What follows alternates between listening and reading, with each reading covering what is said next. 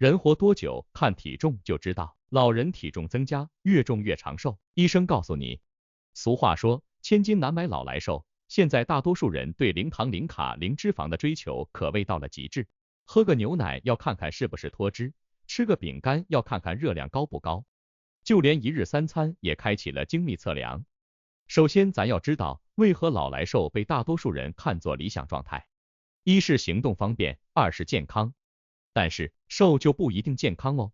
有些老人的瘦是因为慢性病和营养不良而导致身体吸收障碍，骨质疏松，免疫低下，风一刮就倒。你还想老来瘦吗？体重这个永久讨论的话题，还真的不是说越瘦就越健康，越重就越长寿。从三国时期的立下称人，到如今白幼瘦审美下的过度焦虑，社会上对体重标准的说法也变成一个个漩涡，丈二和尚摸不着头脑。话说回来，体重的管理对于老人来说就像是玩森林冰火人，只注重一方也通不了关。老年人体重过重，增加了慢性病的风险，关节不堪重负，生活质量都随之降低。而过轻的老人又会营养不良，免疫力下降，骨骼就像脆纸板。我们又该如何去衡量体重到底越瘦越胖，还是该维持现状呢？人活多久，看体重就知道。我们要知道，体重和长寿确实存在一个平衡关系。美国老研究了胖子和瘦子哪个更长寿的问题。在美国医学学会杂志发布的一项研究中显示，微胖的老年人更可能长寿。太瘦和太胖不仅夺走的是我们的健康，还有寿命。体重的急速下降，可能是身体给你放的定时炸弹，或者各种缩短寿命和影响健康指标的前情提要。而体重的急速增加，又会唤醒沉睡在你身体里的老朋友出来上班，导致走路累、爬坡喘，反正就是哪都不顺心。这个时候你可能就要问了，那瘦不成，胖不就的，稳定总行了吧？那我可要告诉你，稳定确实是个很不错的方式。稳定的体重可能是吃得更健康，有稳定的饮食模式，同时还表明了一个人有积极的生活方式和规律的运动模式。在稳定体重的同时，还增强了心脑血管的健康，保持了肌肉的质量，抵消了因为年龄增长带来的肌肉损失和代谢下降。现代社会观念中最动听的3个字，不是我爱你，而是你瘦了。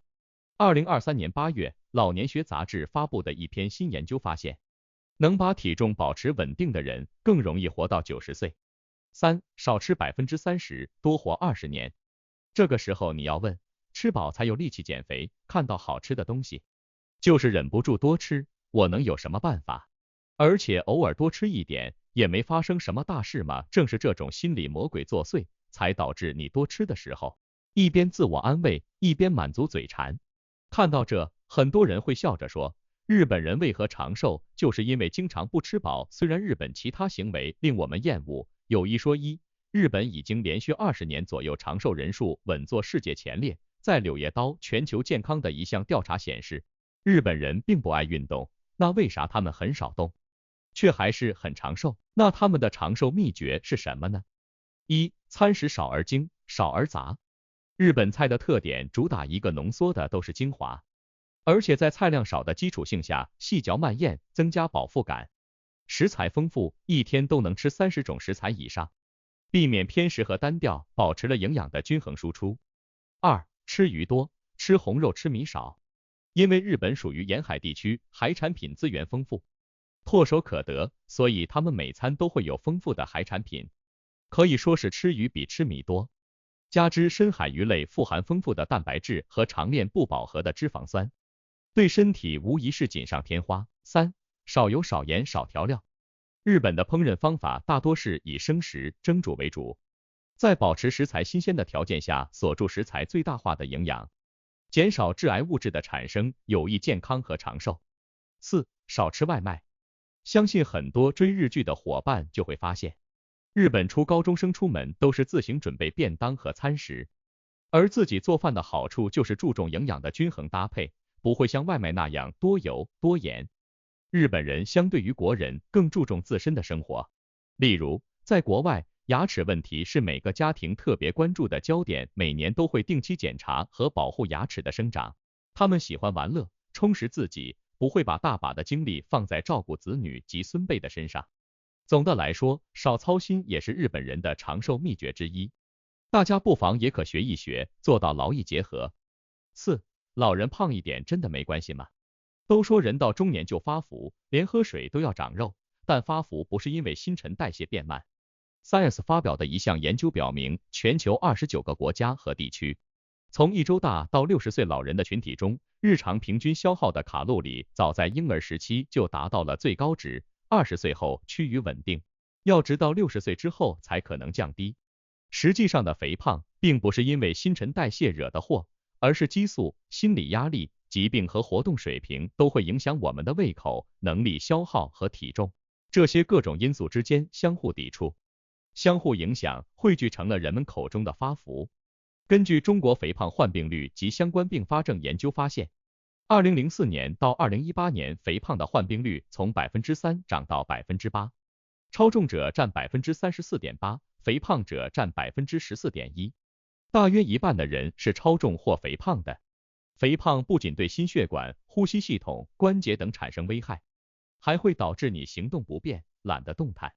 很久之前就有食不过量的养生智慧，合理的减少饭量可以降低身体的代谢负担。此外，适量的饭量有助于更好的维持血糖水平，预防糖尿病和代谢性疾病。所以我们更要管住嘴，迈开腿，向更好的明天出发。5. 快别减肥了，微胖可以延缓衰老。肥胖和很多慢性病有关，但身材太瘦也不一定是一件好事。美国斯坦福大学关于脂肪酸的一篇研究也支持了脂肪不都有罪的论调。稍微超过标准体重的人比太瘦或者太胖的人寿命长约6年。微胖的人胃口和消化能力都会处于一个完美的节点，吸收营养的效率早已冲过了终点线。微胖的人睡眠质量也是1:1的棒，他们的自我调节能力会高于其他人，他们不会因为几两肉而过分苛求自己，该吃吃，该睡睡。相反，他们更注重自身的健康和享受生活。他们拥有充足的能量和强大的免疫力，能够积极应对生活中的挑战。身体产生的快乐分子让他们对生活也充满了阳光。礼记有云：富润屋，德润身，心宽体盘。所谓心宽体盘，则万事不挂心头。没点体重怎么能压得住我的美貌？当你的身体处在一个稍微有肉的状态下，你的皮下脂肪能更好的为你储存能量，更好的保护你的重要器官，提高免疫力。老话说得好，脸上丰满，身上有肉，是一种福相。同时，对于老人而言，微胖可以减慢肌肉的流失，减少老人骨质疏松和骨折的风险，抗寒、抗感染和抗病能力也会得到提高。6. 老年人体重管理。1. 保持适中体重，定期运动，适当减少食量。一餐保持7-8分饱，提高饮食中的膳食纤维，降低饮食中的油脂，少吃辛辣油炸的食物，保持营养的均衡。2.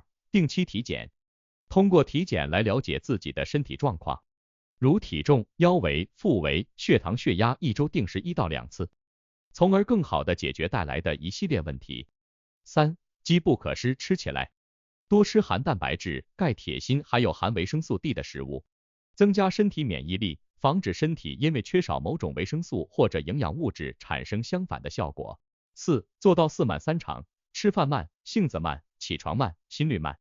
长期锻炼身体，长期清淡饮食，长期睡得好。5. 做到静心养气，冬病夏治。夏天是调理身体的好时机，对于老年人的支气管炎、支气管哮喘、风湿等都可用中药煎汤洗浴，在预防皮肤病的同时促进身体的吸收。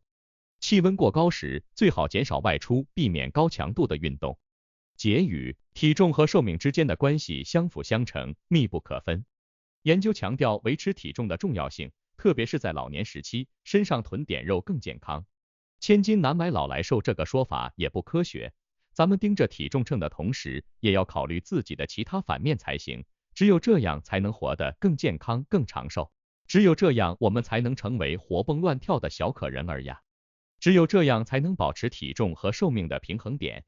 所以，合适的体重、适度的运动、健康的生活，才是安享晚年的长寿秘钥。从今天开始，让我们为自己寻找属于自己健康之门的钥匙吧。